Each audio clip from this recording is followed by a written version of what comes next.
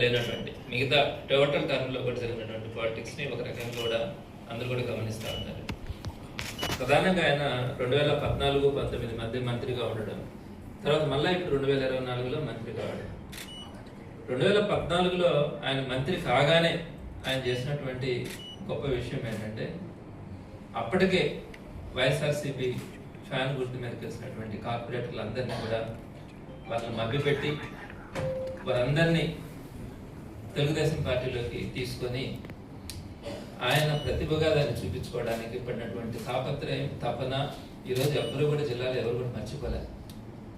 ఆ రోజు ఏం చేస్తారన్నది వైఎస్ఆర్సీపీ తరఫున గెలిచినటువంటి కార్పొరేటర్ని ఎంత మందిని లాగడానికి ఆయన చూపించినటువంటి చొరవ.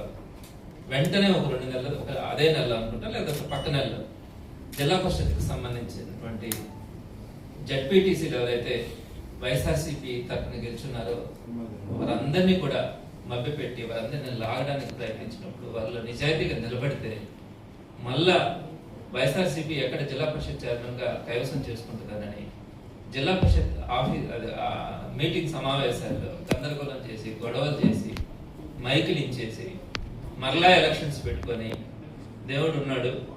ఆ రోజు కూడా టాస్ మీద వైఎస్ఆర్సీపీ భగవంతుడు వైఎస్ఆర్సీపీని ఆ రోజు గెలిపించడం కూడా జరిగింది.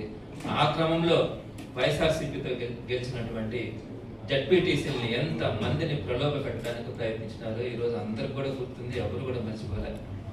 ఆ తర్వాత క్రమంలో ఎమ్మెల్యేలుగా గెలిచినటువంటి వ్యక్తులను కూడా పార్టీలోకి లాక్కున్నటువంటి కనుక చూసినాం.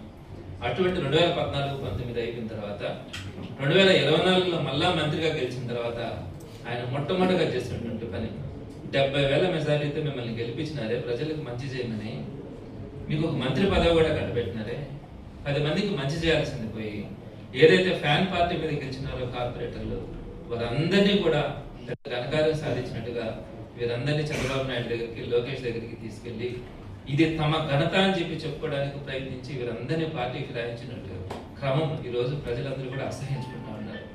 దీనికి తగ్గట్టుగా మళ్ళీ డిప్యూటీ మేయర్ ఎలక్షన్స్ లో మీరు ప్రవర్తించినటువంటి తీరు కానీ ఈరోజు, అంతకుముందు 2014లో కూడా జగన్మోహన్ రెడ్డి గారు ఒక మైనారిటీకి ఒక మేయర్ గా ఇవ్వాలని ఇస్తే మీరు ఏం చేస్తున్నారనేది మీరు గుర్తుపెట్టుకోవాలి.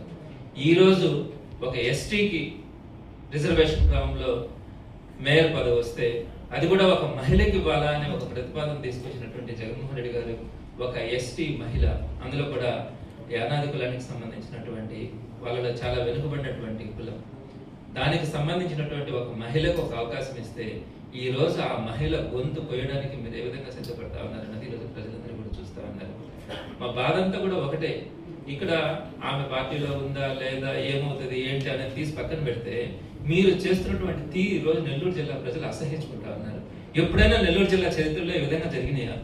ఎక్కడైనా కూడా ఒక హుందాతనం అనేది ఉంటుంది. రాజకీయాలు చేసుకోవచ్చు, మీ పార్టీలో కార్యకర్తలు ఉన్నారు, మీ పార్టీలో నాయకులు ఉన్నారు, వాళ్ళకి గౌరవం ఇవ్వండి, వాళ్ళ తరపున మీరు పోటీ చేసి గెలిపించుకోండి, అది స్వభావం. అంతేగాని రాజకీయాలలో ఎప్పుడు కూడా లేనటువంటి చరిత్ర నెల్లూరు జిల్లా రాజకీయాల్లో ప్రధానంగా ఎక్కడ పడితే అక్కడ మీరు కొనడం, డబ్బులున్నాయి మేము ఏదైనా చేయగలమనే అహంకారంతో మీరు ముందుకెళ్ళడం కానీ ఇవన్నీ కూడా మంచి కనీసం